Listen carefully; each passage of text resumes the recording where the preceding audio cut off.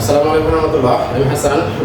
আজকের ভিডিওতে তোমাদেরকে স্বাগত। তো বন্ধুরা দেখো, আজকে আমি রাইট ফ্রম ভার্বস নিয়ে আমি ক্লাস নিয়ে এসেছি। তোমরা রাইট ফ্রম ভার্বের নাম শুনেছ।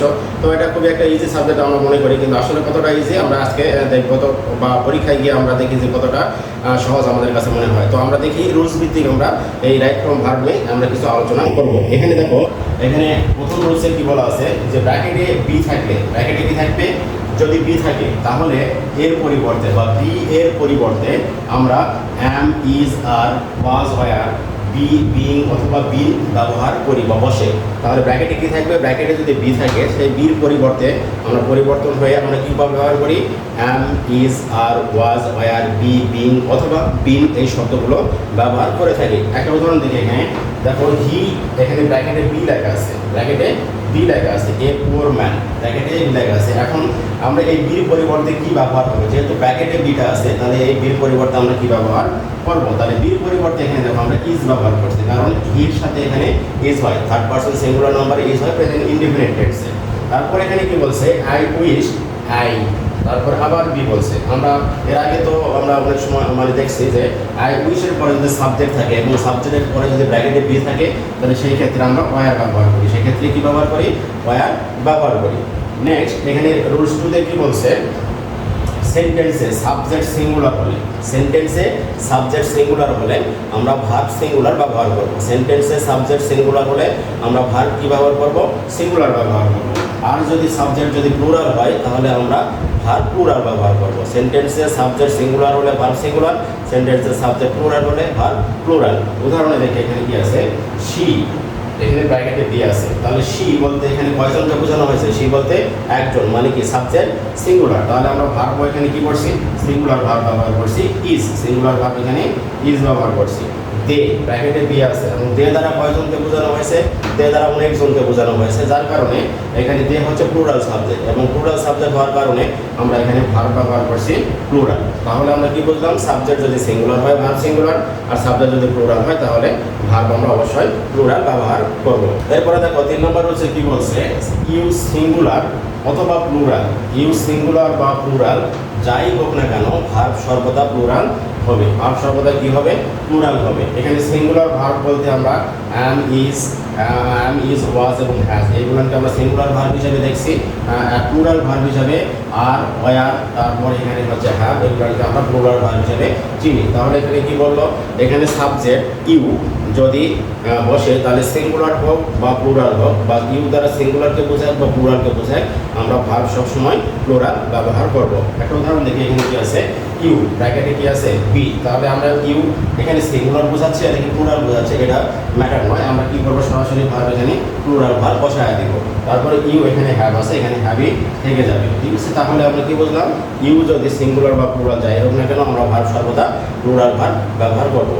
এরপরে দেখো 4 নম্বর রয়েছে কি বলছে, কিছু কিছু অ্যাডজেক্টিভ আছে, সেগুলোর অ্যাডজেক্টিভগুলো কি আমি এখানে দেখাইছি, ব্রেভ, পোর, রিচ, পিওয়াস, ব্রেভ, পোর, রিচ, পিওয়াস, এই অ্যাডজেক্টিভগুলোর পূর্বে যখন দি ব্যবহার করি তাহলে সেই ভার্বটা দি ব্যবহার করে ভার্বটি কী হয়ে যাবে, প্লুরাল হয়ে যাবে, ভার্বটা কী হয়ে যাবে, প্লুরাল হয়ে যাবে। যখন আমরা ব্রেভ, পোর, রিচ এবং পিওয়াস এই শব্দগুলোর পূর্বে যখন আমরা দি ব্যবহার করে আমরা নাউন হিসাবে সেন্টেন্সের শুরুতে ব্যবহার করি তখন আমরা ভার্ব সবসময় কী ব্যবহার করব, প্লুরাল ভার্ব ব্যবহার করব। তাহলে একটা উদাহরণ দেখি, দ্য রিচ, এখানে ব্র্যাকেটে বি আছে, তাহলে এখানে রিচের পূর্বে এখানে কী ব্যবহার করছি, আমরা দি ব্যবহার করছি। আর নট অলওয়েজ হ্যাপি, এখানে দ্য রিচ, এখানে ব্র্যাকেটে বি, নট অলওয়েজ হ্যাপি, তাহলে আমরা বির পরিবর্তে কী ব্যবহার করবো, আমরা প্লুরাল ভার্ব ব্যবহার করবো। তাহলে প্লুরাল ভার্ব এখানে কী বসবে, আর, the rich are not always happy, the rich are not always happy.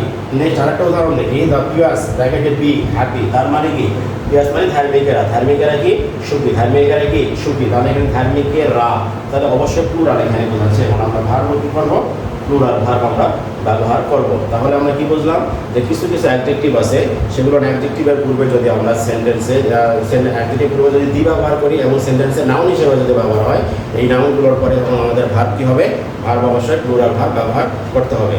এরপরে 5 নম্বর বুঝতে যাবে, এখানে কি বলছে, নির্দিষ্ট সময়, দূরত্ব, ওজন, দৈর্ঘ্য বুঝালে দেখতে প্লুরাল হলেও ভার্ব সিঙ্গুলার হবে। দেখতে প্লুরাল হলেও ভার্ব কি হবে, সিঙ্গুলার হবে। এই শব্দগুলো যখন ইংরেজি আমরা ব্যবহার করব দেখা যাবে যে এই শব্দগুলো দেখতে আসলে প্লুরালের মতো, কিন্তু আসলে এগুলো প্লুরাল নয়। এখানে এগুলোর ভার্ব কি বসবে, সিঙ্গুলার ভার্ব বসবে। অন্যভাবে বলা যায় সাবজেক্টের পূর্বে সংখ্যাবাচক শব্দ থাকলে, সাবজেক্টের পূর্বে যদি সংখ্যাবাচক যদি কোনো শব্দ থাকে তাহলে সেখানে ভার্ব আমরা সিঙ্গুলার ভার্ব ব্যবহার করব। তাহলে এখানে উদাহরণ দেখুন কি বলছে, 50 মাইলস, 50 মাইলস ব্র্যাকেটে আছে বি। এখন 50 মাইলস দ্বারা আমরা বুঝতেছি যে 50 মাইল, 50 মাইল, তাহলে 50 মাইল অবশ্যই অনেকগুলো দূরত্ব, কিন্তু এই 50 মাইলস দ্বারা এখানে বোঝাইছে অনেকগুলো, কিন্তু দূরত্ব বোঝাইছে একটা। দূরত্ব কয়টা বোঝাইছে, একটা বোঝাইছে, যার কারণে এখানে আমরা দেখতে প্লুরাল মনে হচ্ছে, বাট আমরা ভার্ব ব্যবহার করব সিঙ্গুলার, যার কারণে এখানে আমরা ইজ ভার্বটা ব্যবহার করছি। 50 Miles is a long distance, 50 mile is a long distance.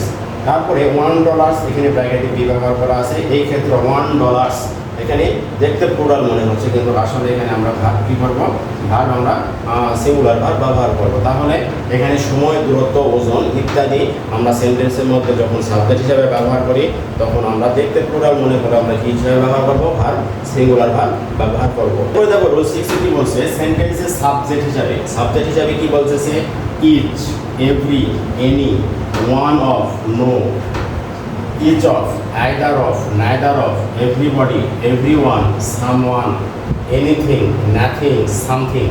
তাহলে কতগুলো ভাবে শব্দ এখানে, কতগুলো word, every, is, any, one of, no, each of, either of, neither of, everybody, everyone, someone, তারপরে nothing, anything, something। এইগুলো যদি সেন্টেন্সে আমরা কি হিসাবে পাই, সাবজেক্ট হিসাবে পাই। এগুলো কি হিসাবে পাবো, সাবজেক্ট হিসাবে যদি পাই তাহলে আমাদের ভার্ব অবশ্যই সিঙ্গুলার ভার্ব ব্যবহার করতে হবে। ভার্ব কি হয়ে যাবে, ভার্ব সিঙ্গুলার হয়ে যাবে, কারণ উপরের এই শব্দগুলো দ্বারা মানে প্রত্যেক যতগুলোই ব্যক্তি বা বস্তু থাকুক না কেন, কিন্তু এগুলো যখন বুঝাবে তখন এই শব্দগুলো যদি ব্যবহার করা থাকে তাহলে প্রত্যেককে সিঙ্গুলার বোঝাবে, মানে একজন একজন করে বোঝাবে। তার কারণে আমরা এখানে কি ব্যবহার করব, ভার্ব সিঙ্গুলার ভার্ব ব্যবহার করব। তাহলে আমরা উদাহরণ যদি আসি তাহলে দেখো, ইজ অফ দ্য বয়েজ, এখানে দেখো বয়েজ শব্দগুলো আছে, তার মানে কি বালকেরা, কিন্তু এটার পূর্বে ইজ শব্দটা ব্যবহার করা থাকার কারণে এখানে যতগুলো বালককে বলা হয়েছে প্রত্যেককে এখানে আলাদা আলাদা করে একজন একজন করে বোঝানো হয়েছে। তাহলে ইজ অফ দ্য বয়েজ, বালকেরা প্রত্যেকে, তাহলে এখানে ব্র্যাকেটে গেট আছে, তাহলে আমাদের কি করতে হবে, ভার্বটাকে সিঙ্গুলার করে দিতে হবে। এখন সাবজেক্ট যদি সিঙ্গুলার হয় তাহলে ভার্বের সাথে ইনডিফিনিট টেন্সে, ইনডিফিনিট টেন্সে ভার্বের সাথে প্রেস যুক্ত হয়ে যায়। তাহলে each of the boys gets a prize, each of the boys gets a prize, কারণ এখানে বয়েজ থাকা সত্ত্বেও এখানে ইজ শুরুতে আছে, যার কারণে এখানে সিঙ্গুলার ভার্বের সাথে এস হয়েছে। নাথিং, এখানে কি শব্দটা আছে, নাথিং, এটাকে আমরা সাবজেক্ট হিসেবে ব্যবহার করছি, তাহলে এখানে ব্র্যাকেটে কি আছে, তাহলে নাথিং ইজ সিঙ্গুলার। তাহলে আমরা কি বুঝলাম, যে উপরে যে শব্দগুলো আছে এগুলোকে যদি আমরা সাবজেক্ট হিসেবে যদি পাই তাহলে অবশ্যই ভার্ব আমরা সিঙ্গুলার ভার্ব ব্যবহার করব। তো বন্ধুরা আজকের ক্লাস এই পর্যন্তই। এই ভিডিওটাকে লাইক, শেয়ার, কমেন্ট করবে। তোমরা অবশ্যই ভালো থাকবে। আল্লাহ হাফেজ।